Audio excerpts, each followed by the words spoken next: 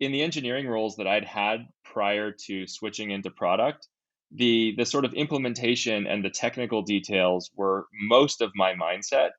And I really had to unlearn it because that just can't be where you start. When you're building a product for people, it has to start with the people that you're building it for.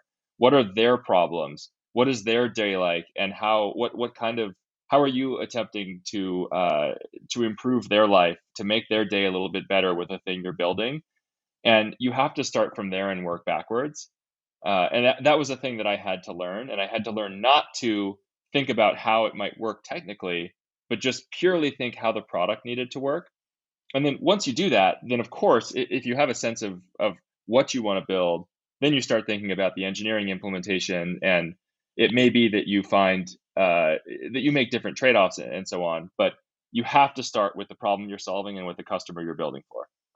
Yeah. So do you have the customers on your team? How do you engage customers in that process?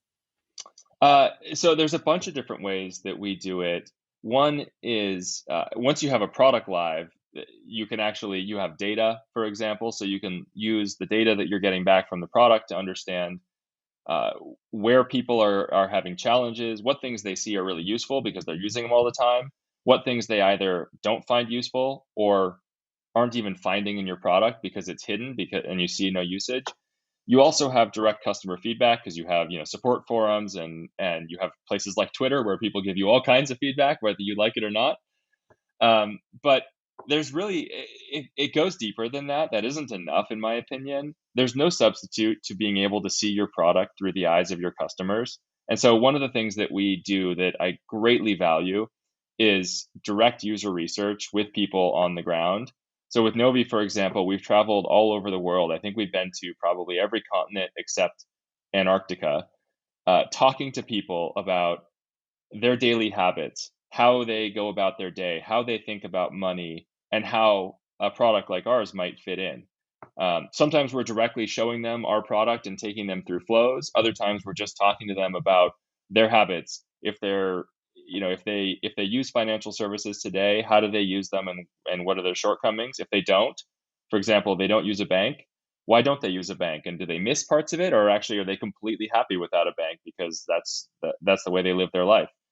And there's nothing, to be honest, there's nothing more valuable, but also more humbling.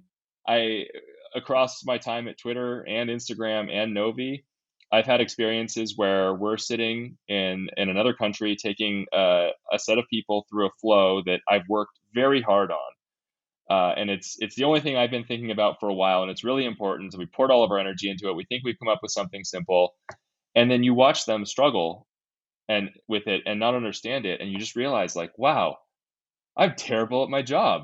I just spent all my time on this, and these folks don't understand it at all, and it's my fault, not theirs.